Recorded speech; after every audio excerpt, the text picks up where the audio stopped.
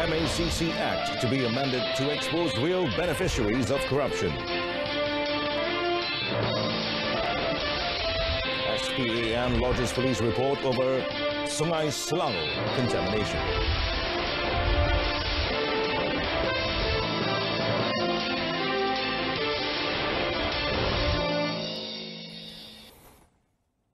Hello and good evening. I'm Muhammad Amin Carlos and you're watching News on 2. The Malaysian Anti-Corruption Commission, MACC Act 2009 will be amended to include a provision on beneficial ownership to ensure that the real owners of enterprises cannot escape lawsuit and enforcement action. MACC Chief Commissioner Latifah Koya said a stronger regulatory law for beneficiary owners is needed to curb bribery and crime. Beneficial ownership ni ada negara yang mungkin ada tetapi cara mereka mengambil tindakan tu berbeza. Sebab tu kita bersama dalam workshop ini untuk berbanding yang mana sesuai sekali dekat Malaysia, dan berdasarkan pengalaman MACC kita tahu memang perlu sebab terlalu banyak proxy digunakan dan telah digunakan. So itu sebab kita nak ambil tindakan. Latifah said this after officiating the regional workshop promoting beneficial ownership transparency in Southeast Asia in Kuala Lumpur today.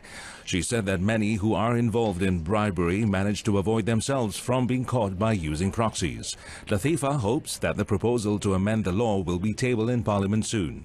On January 10th this year, Prime Minister Tun Dr. Mahathir Mohamad said the government would propose the inclusion of a provision in the MACC Act to show the real beneficiary owners in companies. He said this was one of the matters decided upon at a meeting of the Special Cabinet Committee on Anti-Corruption which he chaired in Putrajaya. The National Water Services Commission, SPAN, today lodged a police report on 2 incidents of pollution of the raw water source in Sungai Selangor to enable an investigation into the possibility of sabotage. SPAN Chairman Charles Anthony Santiago said 2 incidents within 3 days are very alarming. Well, Santiago said in a statement the audio pollution incident last Friday caused the closure of phases 1, 2 and 3 of the Selangor Sungai Water Treatment Plant and the Rantau Panjang Water Treatment Plant. And he added that the 4 water treatment plants had to be shut down again just as water supply reached the 97% level following the second incident of diesel pollution and the raw water source due to sand mining upriver. He said SPAN sympathized with the people of Selangor for the inconvenience they suffered due to the closure of their treatment plants. SPAN Central Region Director Jalaluddin Sulaiman lodged the report at the Besari Jaya Police Station in Kuala Selangor at about 10 a.m. Well, meanwhile, operations at the Sungai Selangor phases 1, 2 and 3 and the Rantau Panjang water treatment plants, which were shut down yesterday due to diesel pollution, have been resumed at about 3:30 a.m. today.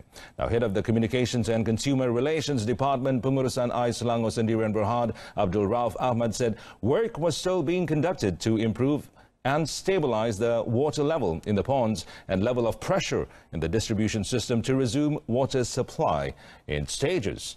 Now, Abdul Rauf said in a statement today, water tankers will be sent to customers in critical and emergency locations as the incident caused a large-scale disruption, adding that customers can also request for assistance at the one-stop service centers. Abdul Rauf said Pengurusan Air Selangor was also working with related agencies to provide assistance and resume water supply to the affected areas. Well, yesterday it announced that diesel pollution from raw water sources in Sungai Selangor was detected at the Sungai Selangor water treatment plants phases 1, 2 and 3 and the Rantau Panjang water treatment plant.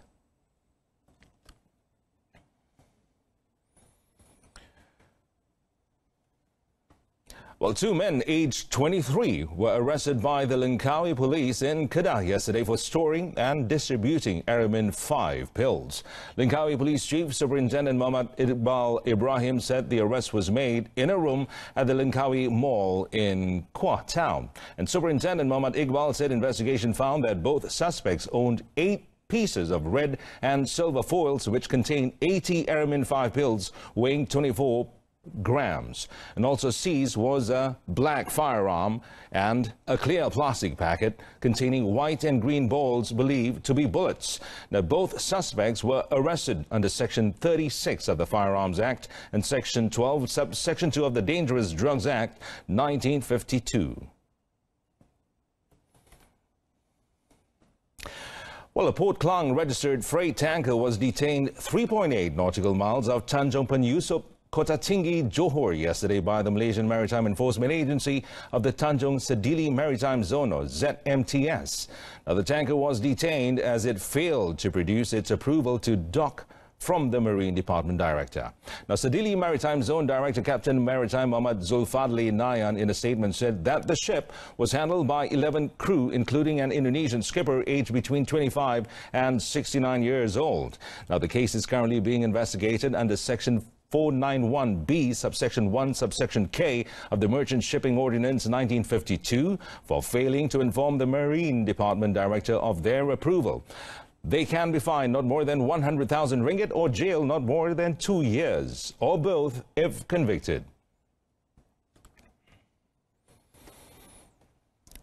9 illegal immigrants were arrested in Sungai Petani during an integrated operation carried out in Kedah yesterday. Now, Kedah Immigration Director Julai Jamaluddin, in a statement today, said all the immigrants were nabbed at lumber mill and a rented house. Aged between 20 and 68, the 9 detainees included 5 men from Bangladesh and 4 from Indonesia. 2 locals were also fined and detained to facilitate in the investigation.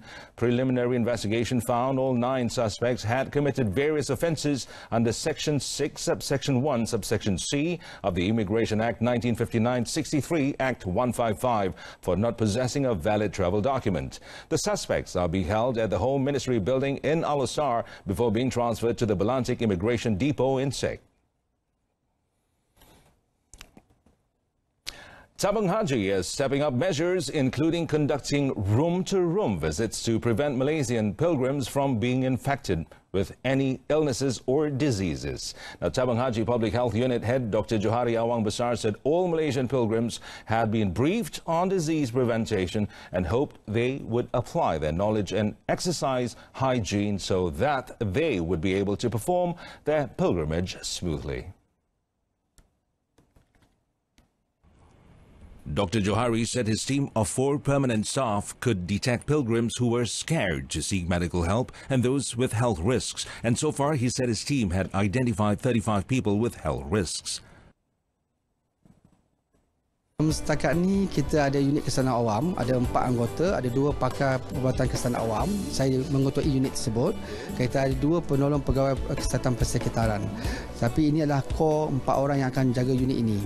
Tapi waktu kita buat penindakan kesihatan, kita akan minta bantuan daripada pihak pengarah operasi Mekah di Pusat Ronda Sisha untuk hantar petugas-petugas rombongan perubatan yang lain untuk bersama-sama dengan kita. Kita juga akan bergerak untuk sebelum waktu ini untuk mengesan mereka yang sakit-sakit yang di bilik, yang tak nak pergi jumpa doktor di klinik sebab segan, takut sebagainya, juga kita akan bergerak pada masa itu. So KPI-nya lah sekali, tetapi kalau 2 kali itu bonus lebih. Meanwhile, the Hajj pilgrims were glad to have the medical team visiting and started to ask questions about health concerns after a briefing on how to look after their health, including dealing with the hot weather. Alhamdulillah lah, saya rasa terbaik lah. Tambah haji dengan bergabung dengan kesihatan ni terbaik lah. Alhamdulillah lah. Saya rasa senang lah. Urusan senang, cukup senang. Saya ingat okey lah, sangat baik lah, sangat memuaskan lah. Tinggal petugas, bantu perubatan dan juga doktor sentiasa ada di klinik. Dan jemaah haji yang dapat sikit sakit-sakit, kecederaan sikit pun dapat rawatan. This year, some 30,200 Malaysians will be performing the Hajj pilgrimage, with more than 13,000 of them already in Makkah and Medina. They will be assisted by 640 Tabung Haji workers. Meanwhile, Saudi telecom giant Mobily has distributed over 16,500 SIM cards to Malaysian pilgrims. Mobili's external channel account manager Muhammad Bilal Randal said the initiative to give free SIM cards to the pilgrims was part of the company's social responsibility program. Speaking to the media at a farewell ceremony for Hajj pilgrims organized by Mobili at Movenpick Hotel and Convention Center in Sepang, Selangor today, Muhammad Bilal said the SIM cards have 2 gigabytes free data and its data coverage has 4G access in Makkah, Medina, Muzdalifah and Arafah. Alhamdulillah, still to date, Alhamdulillah, all is happy.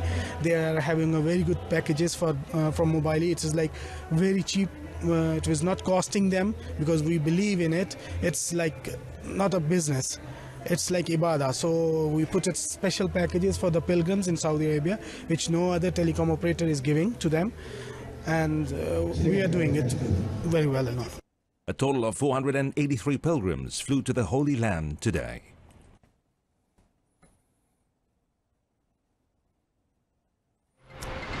Hannah Yo tells Rakyat not to be hoodwinked. And the news continues. Electricity tariff is unlikely to be hiked even when the Malaysia energy supply industry known as MESI 2.0 initiative is implemented.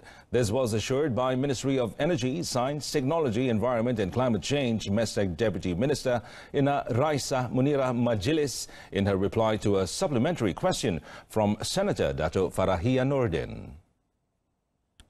Kementerian akan sentiasa memastikan bahawa semua inisiatif tidak akan memberikan kesan kepada yang buruk kepada mana-mana pihak dan juga dalam masa yang sama kita pulangkan balik kepada pengguna. Elaborating further, Isna Raisa said contents of the MESI 2.0 initiative, which is set to reform the domestic electricity supply industry, will be announced by MESTEC Minister Yeo Bee Yin soon.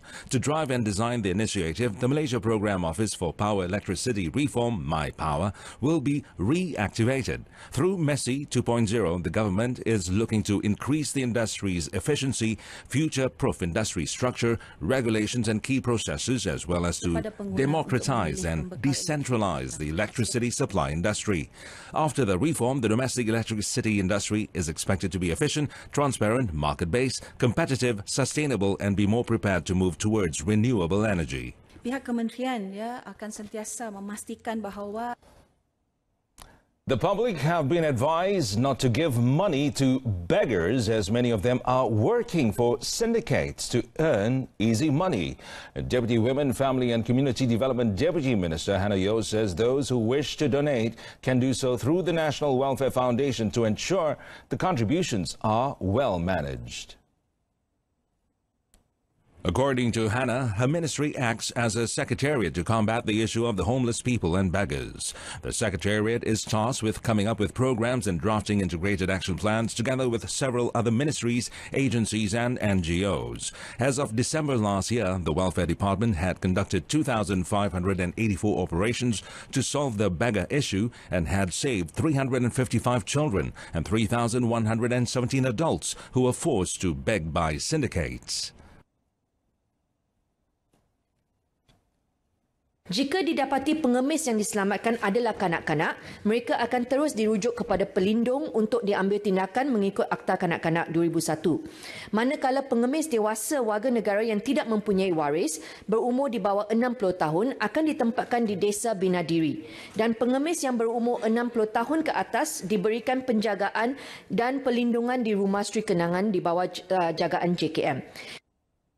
Apart from that, the ministry had conducted 150 awareness campaigns since 2015 through its Bijak Membantu Elak Tertipu campaign. Menteri Besar Kedah Incorporated MBI Kedah has launched the state's Green Energy and Renewable Energy Master Plan. Menteri Besar Dato' Sri Mukhriz Mahathir said the plan also provides guidelines for potential investors in the state's renewable energy industry. Well, according to Dato' Sri Mukhriz, the plan formulated in cooperation with Saipak Resources Berhad outlines 4 core thrusts with a focus on solar energy, biogas, biomass and hydroelectric power. Launching the master plan yesterday, Dato' Sri Mukhriz said it is in line with the state government's wish to ensure Kedah's development does not affect its environmental sustainability. Well, he said with its proximity to the equator, the country can collect 3 kilowatts per hour of electric power per square meter. In addition, Dato' Sri Mukhriz said energy from biomass and biogas can be produced from waste collected by local authorities and also agricultural wastes such as rice husks and coconut residue. Besides contributing to the national grid, it could also supplement farmers' incomes. Well, he said, noting that with its vast agricultural areas, Kedah produces a lot of agricultural waste, especially from oil palm plantations and rice fields. For green energy, Dato' Sri Mukhriz said the state will focus on balanced development and reducing electricity consumption and carbon emissions while improving the air quality. Under the plan, the state aims to produce 2,000 megawatts of renewable energy by 2030 with an investment target of 6 billion ringgit over the next 10 years.